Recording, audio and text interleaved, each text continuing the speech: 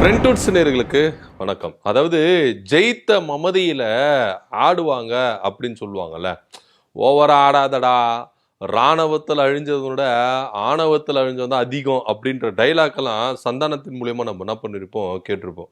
So அதன் அடிப்படையில் தான் தாவேக்கா ரொம்ப ஆடுறாங்க அப்படின்னு இந்த பதிவின் மூலயமா நம்ம எடுத்துக்கொள்ள வேண்டிய ஒரு விஷயமா தான் இருக்கு.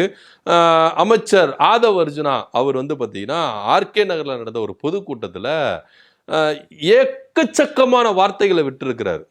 ஏற்கனவே அவர் வந்து பார்த்தீங்கன்னா பயங்கரமா வார்த்தைகளை விட்டு ஒரு நரேட்டிவை வந்து என்ன பண்ணாரு, செட் பண்ணாரு. ஸோ இந்த தடவையும் அடுத்து நடக்க போற உள்ளாட்சி அமைப்பு தேர்தலுக்கு ஒரு நரேட்டிவ் என்ன பண்றாரு, செட் பண்றாரு. அது மாத்திரம் இல்லாம திமுகவை பற்றியும் திமுக தலைவர் அவருடைய குடும்பத்தை பற்றியும் எந்த அளவுக்கு இழிவா பேசணுமோ அந்த அளவுக்கு ஒரு இழிவான பேச்சு. ஒரு அமைச்சர் இப்படி பேசலாமா? இப்போ ஆதவ் அர்ஜுனா முன்னாடி பேசுறாருன்னா அவருடைய கட்சி ஒரு கட்சியோட நிர்வாகி, இப்போ ஒரு மாநிலத்தினுடைய அமைச்சர், ஒரு பொதுப்பணித்துறை விளையாட்டுத்துறை அமைச்சர். அப்படி இருக்கும் பொழுது அவர்கிட்ட இருந்து எப்படியான ஒரு வார்த்தைகள் வரணும் அப்படின்றது நம்மளுக்கு தெரியல. அதாவது குறை சொல்லி ஒரு ரூபாய்க்கு பிரயோஜனம் கிடையாது. ஏன்னா முதலமைச்சரே என்ன பண்றாரு, கண்ணியம் இல்லாத வார்த்தைகள் எல்லாம் பேசுறாரு. ஸோ அவருக்கு கீழே இருக்கிற அமைச்சர்கள் மட்டும் எப்படி பேசுவாங்க? நம்ம வந்து என்ன சொல்றது, இவங்களுக்கு இப்படிலாம் பேசுங்க அப்படிலாம் பேசுங்கன்னு சொல்லி கொடுக்கணும்னு அவசியம் நம்மளுக்கு இல்லை. அந்த ஒரு வயசும் நமக்கு இல்லை, அந்த அனுபவம் நமக்கு இல்லைன்னு வச்சுக்கோங்களேன். இருந்தாலும் ஒரு முதலமைச்சரே இப்படி பேசும்பொழுது அமைச்சர்கள் இப்படி பேசுறதுல ஒன்றும் தவறு கிடையாது அப்படின்னு தான் நம்ம கடந்துட்டு போனோம். இப்போ என்ன அப்படின்னு பார்த்தீங்கன்னா, ஆதவ் அர்ஜுனா சொல்றாரு, 2 விஷயங்கள் அவர் குறிப்பிட்டு பேசியிருக்கிறார். நிறைய விஷயங்கள் பேசினாரு. நம்ம அந்த 2 விஷயங்கள் மட்டும் தான் எடுத்து பேச போறோம். ஒன்று மேயர் பல்லவி அந்த விவகாரம் ஒன்று, இன்னொன்று திமுக தலைவர் மு.க. ஸ்டாலின் அவர்கள் தோற்றதை வச்சு என்ன பண்றாரு, ஒரு கேலி கிண்டல் பண்ணியிருக்கிறார். ஏதாவது வெற்றி தோல்வி அப்படின்றது யாருக்கும் நிரந்தரம் இல்லை சார். அதை முதல்ல நல்லா புரிஞ்சுக்குங்க. இன்னைக்கு உங்க தலைவரே சொல்லியிருக்கிறார் ஒரு படத்துல, பூமின்றது ஒரு வட்டம், இன்னைக்கு ஜெயிக்கிறவன் தோப்பான், நாளைக்கு தோத்தவன் ஜெயிப்பான் அப்படின்னு சொல்லிட்டு உங்க தலைவர் என்ன பண்ணியிருக்கிறாரு, இந்த டைலாக்கை சொல்லியிருக்கிறாரு திருமலை படத்துல. ஸோ அப்படி இருக்கும்பொழுது அந்த வெற்றி அப்படின்றது மட்டும் உங்களுக்கு மட்டும் சொந்தம் கிடையாது, தோல்வி அப்படின்றது திமுகவுக்கு மட்டும் சொந்தம் கிடையாது அப்படின்றது கொஞ்சம் புரிஞ்சுக்குங்க ஆதவ் சார் அப்படின்னு தான் நம்ம சொல்லணும். அவர் சொல்றாரு, என்ன சொல்றாரு அப்படின்னு பார்த்தீங்கன்னா, திமுக தலைவரை தோக்கடிச்சிட்டோம், பொதுச் செயலாளரை தோக்கடிச்சிட்டோம், பொருளாளருடைய மகனை தோக்கடிச்சிட்டோம், உதயநிதி மட்டும் நாங்க என்ன பண்ணோம், விட்டு வச்சிருக்கோம் அப்படின்னு சொல்றாரு. அதாவது நீங்க 15 நாள் தான் எங்களுக்கு வந்து என்ன பண்ணீங்க, பிரச்சாரத்தை நீங்க என்ன பண்ணீங்க, அலோ பண்ணீங்க. 15 நாட்கள்ல பிரச்சாரத்திலே நாங்க என்ன பண்ணோம், 108 இடங்களை ஜெயிச்சோம். இன்னும் கொஞ்சம் கூடுதலா நீங்க டைம் கொடுத்திருந்தீங்கன்னா உங்களை டெபாசிட் இழக்க வச்சிருப்போம். இந்த ஒரு மமதை இருக்குல்ல, வெற்றி அப்படின்ற ஒரு மமதை இருக்குல்ல, இது வேண்டாம் சார். உங்களுக்கு அது அழகு கிடையாது. அதை முதல்ல நீங்க புரிஞ்சுக்கங்க. நீங்க ஜெயிச்சிட்டீங்க. தமிழ்நாடை எப்படி அடுத்த கட்ட லெவலுக்கு எடுத்துட்டு போவோம், குறை சொல்லி தான் இன்னைக்கு ஆட்சியை தக்க வச்சிருக்கிறாங்க அப்படின்னு திமுகவை நீங்க என்ன பண்ணீங்க, விமர்சிச்சீங்க. நீங்க மட்டும் இப்ப என்ன பண்ணிட்டு இருக்கீங்க, குறை தானே சொல்லிக்கிட்டு இருக்கீங்க. உங்க முதலமைச்சர் குறை சொல்றாரு, நீங்க குறை சொல்றீங்க. குறை சொல்லி எதுக்குங்க ஆட்சி நடத்துறீங்க? அடுத்த கட்ட லெவலுக்கு போங்க அப்படின்ற மாதிரி இருக்கு. அதாவது அவர் என்ன சொல்றாருன்னா, நாங்க ஜெயிச்சிட்டோம், மக்கள் என்னவோ உங்களுக்கு அப்படியே கொள்கை ரீதியாகவோ இல்ல மக்களுடைய பிரச்சனைகளை நீங்க எடுத்து பேசுனதாகவோ இல்ல மக்களோட நீங்க நின்னதுக்காக உங்களுக்கு ஓட்டு போட்டாங்க நீங்க நினைக்கிறீங்களா? ஒவ்வொரு தொகுதியில போயிட்டு ஒவ்வொரு மக்கள் கிட்ட கருத்து கணிப்பு எடுத்து பாருங்க சார். எதுக்காக ஓட்டு போட்டாங்க அப்படின்னு நம்மளுக்கு தெரியும். கொள்கை ரீதியால ஓட்டு போடல, நீங்க மக்கள் பிரச்சனைகள் எடுத்து பேசுனீங்களா ஓட்டு போடல. விஜய் அப்படின்ற ஒரு முகம், அந்த கவர்ச்சி, அதுக்காக மட்டும்தான் ஓட்டு போட்டாங்களே கண்டி. மற்றபடி நீங்க கொள்கை ரீதியா நீங்க வந்து பேசிட்டீங்க, தத்துவ ரீதியா பேசிட்டீங்க, மக்கள் பிரச்சனை எடுத்து பேசிட்டீங்க, மக்களுக்காக போராடினீங்க, மக்களோட மக்களா நீங்க நின்னீங்க, தமிழ்நாட்டு உரிமைகளுக்காக நின்னீங்க, அதுக்காகலாம் உங்களுக்கு ஓட்டு போடல. அப்படி பாத்தீங்கன்னா 108 இடங்கள் தான் நீங்க இது பண்ணிருக்கீங்க. கிட்டத்தட்ட உங்களுக்கு ஆப்போசிட்டா 65% என்ன பண்ணிருக்காங்க, நின்று இருக்கிறாங்க. அப்படி யோசித்து பாருங்க. சோ இப்படியெல்லாம் இருக்கும் பொழுது இவர் என்ன பண்றாருன்னா, திமுக தலைவரை நாங்க தோற்சோம். மமதையில் ஆடாதீங்க, அதை முதல்ல தெரிஞ்சுங்க. இன்னைக்கு ஜெயிச்சவங்க நாளைக்கு தோப்பாங்க, இன்னைக்கு தோத்தவங்க நாளைக்கு ஜெயிச்சா என்ன நடக்கும்? சோ அதெல்லாம் யோசித்து பாருங்க. மக்கள் ஒவ்வொன்றுத்தையும் பார்த்துக்கிட்டு இருக்காங்க. உங்களுடைய செயல்பாடுகள், உங்களுடைய பேச்சுகள் எல்லாத்தையும் மக்கள் பார்த்து கொண்டிருக்கிறாங்க சார். சும்மா ஏனோதானன்னு சொல்லிட்டு நீங்க வந்து மக்கள் உங்களை அக்செப்ட் பண்ணிக்கிறாங்க, நீங்க சொல்றதெல்லாம் மக்கள் நம்புறாங்க. இன்னைக்கு வேற மாதிரி மாறிடுச்சு. ஏன்னா நீங்க ரீல்ஸ் மூலியமா தான் ஆட்சி நடத்துறீங்க. எதுக்கெடுத்தாலும் ஆட்சி உங்க கைட்ட வந்துட்ட பிறகு கூட திமுகவை தான் குறை சொல்றீங்கன்னு சொல்லிட்டு என்ன பண்றாங்க, மக்கள் பார்த்துக்கிட்டு இருக்காங்க. ஆட்சியாளர் நீங்க என்ன பண்ண போறீங்க? சரி, ஓகே, உங்க வாதத்துக்கே வருவோம். திமுக எல்லா தப்பும் செஞ்சுடுச்சு, ஓகே. இந்த ஆட்சி வந்துட்ட பிறகு நீங்க இந்த தப்பை சரி செய்ய போறீங்க? எப்படி சீர்திருத்த போறீங்க? எப்படி அடுத்த கட்ட லெவலுக்கு எடுத்துட்டு போறீங்க? அத சொல்லுங்க. ஆக்கப்பூர்வமான செய்தியை சொல்லுங்க சார். மக்கள் தானாக உங்களுக்கு ஓட்டு போடுவாங்க. இன்னமும் திமுகவை என்ன பண்றீங்க, குறி வச்சுட்டு தான் நீங்க என்ன பண்றீங்க, பேசிக்கிட்டு இருக்கீங்க, செயல்பட்டு இருக்கீங்க. இது ரொம்ப முதல்ல பாத்துக்கங்க அப்படின்னு ஆதவர்ஜுனா அவர்கள் சொல்றதை வச்சு பார்த்தா, என்னவோ வெற்றியை பாத்தீங்கன்னா தாவேகாவுக்கு தான் அப்படியே எழுதி கொடுத்த மாதிரியும், தோல்வியை திமுகவுக்கு தான். இதே திமுக எத்தனை தடவை தோத்து இருக்கு தெரியுமா? எத்தனை தடவை வீழ்ந்து எழுந்து இருக்கிறாங்க தெரியுமா? அதை யோசித்து பாருங்க. வரலாறை போய் படிங்க சார், அப்படிதான் சொல்லணும். அது மாத்திரம் இல்லாம கலைஞர் ஃபேமிலியில இருந்து முதலமைச்சர் அப்படின்ற ஒரு விஷயத்தை அழிச்சிட்டோம். இதுக்கப்புறம் கலைஞர் ஃபேமிலியில இருந்து முதலமைச்சர் அப்படின்ற ஒருத்தர் வரவே மாட்டாங்க, எல்லாத்தையும் நாங்க அழிச்சிட்டோம், இதுக்கப்புறம் இல்ல மன்னராட்சி அப்படின்றது ஒரு முடிவுக்கு வருது அப்படின்னு சொல்றாரு. மன்னராட்சி யார் தெரியுமா? நீங்க நடத்துறது தான் மன்னராட்சி. உங்க விஜய் தான் மன்னர். பிரஸ்ஸை சந்திக்க மாட்டாரு, மக்களை சந்திக்க மாட்டாரு, மக்களுக்கு எதனா ஒரு பிரச்சனைனா குரல் கொடுக்க மாட்டேங்கிறாரு, சட்டமன்றத்தில் பேச மாட்டேங்கிறாரு, வீட்டுக்கு போய் பேசுறாரு. ஸோ மக்களுடைய பிரச்சனைகளை இவரை பத்தி கவலை கிடையாது, சட்ட ஒழுங்கு பத்தி பிரச்சனை கிடையாது, பெண்களுக்கு எதிராக நடக்கிற குற்றங்களை பத்தி பிரச்சனை கிடையாது, அதே போல குழந்தைகளுக்கு எதிராக நடக்கிற பிரச்சனைகள், விவசாயிகளுக்கு எதிராக நடக்கிற கொடுமைகள் இவருக்கு தெரியாது. இதுவுமே தெரியாம தனக்குன்னு ஒரு உலகம், தனக்குன்னு ஒரு ரூமு அப்படின்னு இருக்கிறார்ல, இவர் தான் மன்னராட்சி. அதை முதல்ல தெரிஞ்சுக்க. மன்னர்கள் அரண்மனையை விட்டு வெளியே வர மாட்டாங்க, மக்களை சந்திக்க மாட்டாங்க, மக்களுடைய பிரதிநிதிகளை சந்திக்க மாட்டாங்க. ஆனா இன்னைக்கு விஜய் அதே மாதிரி தான்.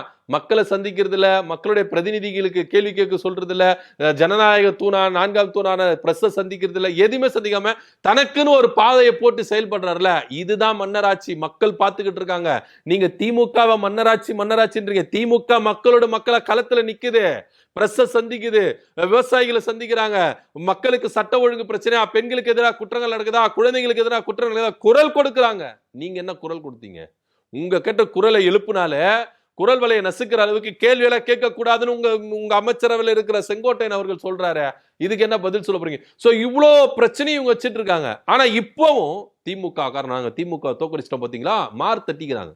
திமுக தோக்கடிச்சிட்டோம், திமுக தலைவரே தோக்கடிச்சிட்டோம், பொதுச் செயலாளரை தோக்கடிச்சிட்டோம், பொருளாளர் மகனை தோக்கடிச்சிட்டோம், உதயநிதியை மட்டும் மிஸ் ஆயிட்டாரு, இல்லாட்டி அவரே தோக்கடிச்சிடும்.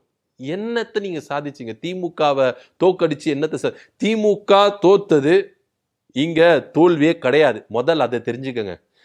அது ராசா சொல்றாருல, ஒரு அறிவாளி கிட்ட தோத்து இருந்தா கூட பரவாயில்ல, அதாவது ஒரு எங்களை எதிர்த்து எங்களுக்கு சமமா நின்று அரசியல் செஞ்சவங்களை பத்தி தோத்தா கூட எங்க கிட்ட எங்களுக்கு கிடையாது.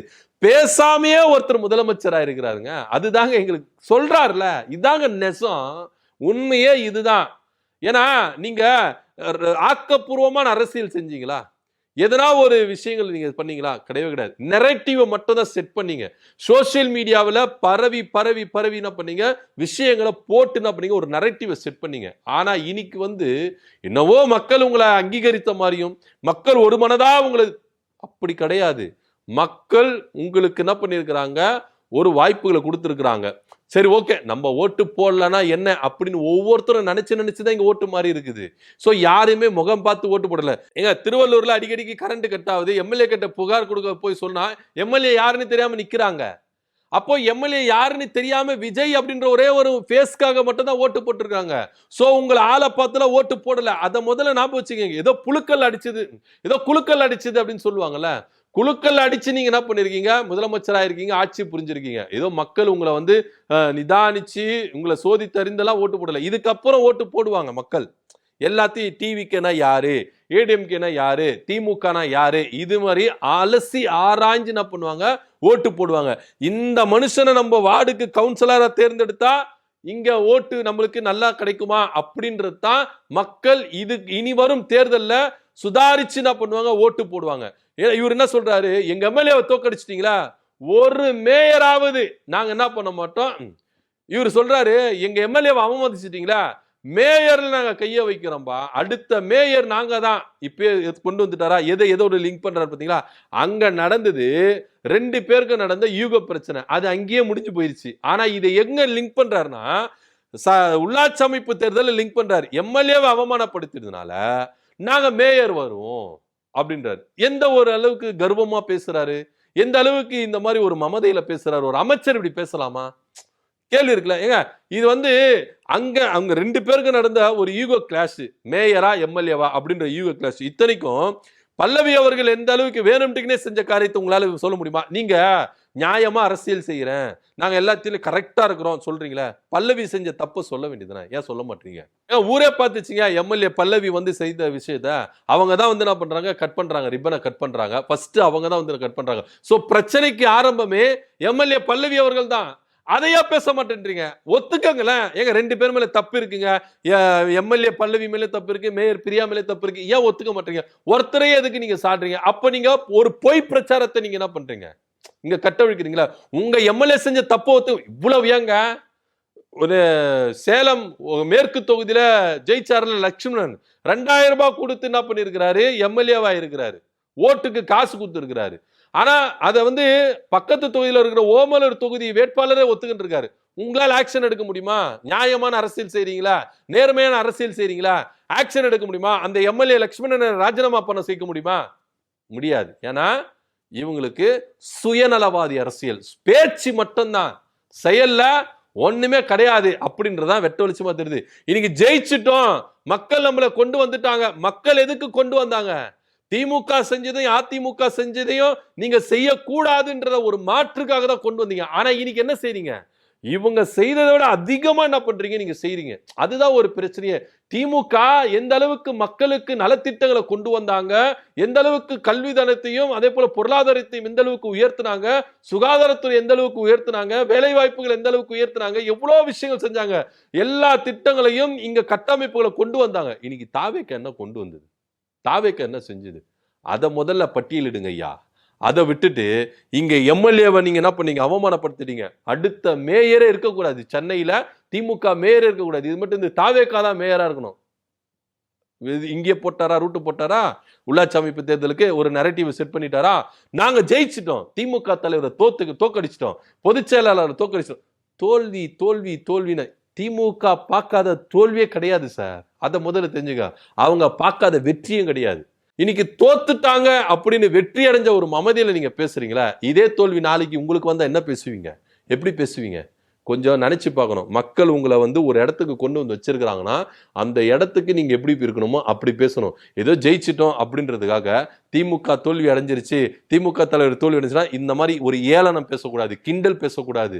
ஓகேங்களா? அவர் ஒரு மாபெரும் தலைவர். இவ்வளோ பேசுறாங்கல்ல, தாவேக்காவினர் இவ்வளோ பேசுறாங்கல்ல. எப்பேற்பட்ட தலைவர் ஐயா கருணாநிதி அவர்கள். ஏஐ படத்துல விஜய் காலில் விழுற மாதிரி ஒரு போட்டோ இருந்தது. இதை குறிச்சு கொஞ்சமாவது ஈவு இறக்கம், கொஞ்சம் நீங்க ஒரு மனிதாபிமானம் அப்படின்ற ஒரு விதத்துல கொஞ்சமாவது ஒரு குறைஞ்சபட்ச கண்டனத்தை நீங்க தெரிவிச்சீங்களா? எந்த ஒரு ஐடியில இருந்து வந்தது?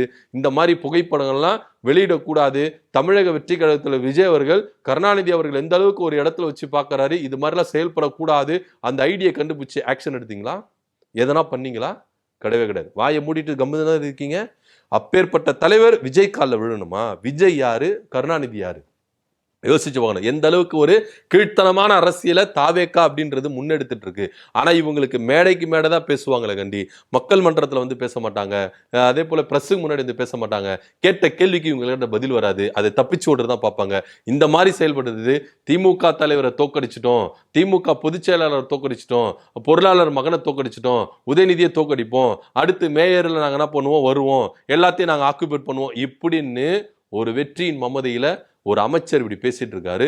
அது இல்லாம ஒரு முன்னாள் முதல்வர் மு.க. ஸ்டாலின் அவர்களை எந்த அளவுக்கு பேசுறாரு? கருணாநிதி குடும்பத்தில் இருக்கிறவங்களையே நாங்க முதலமைச்சரா வரவிட மாட்டோம், ஒழிச்சிட்டோம், அழிச்சிட்டோம் அப்படின்னு சொல்லிட்டு ஒரு மமதியில பேசுறாரு.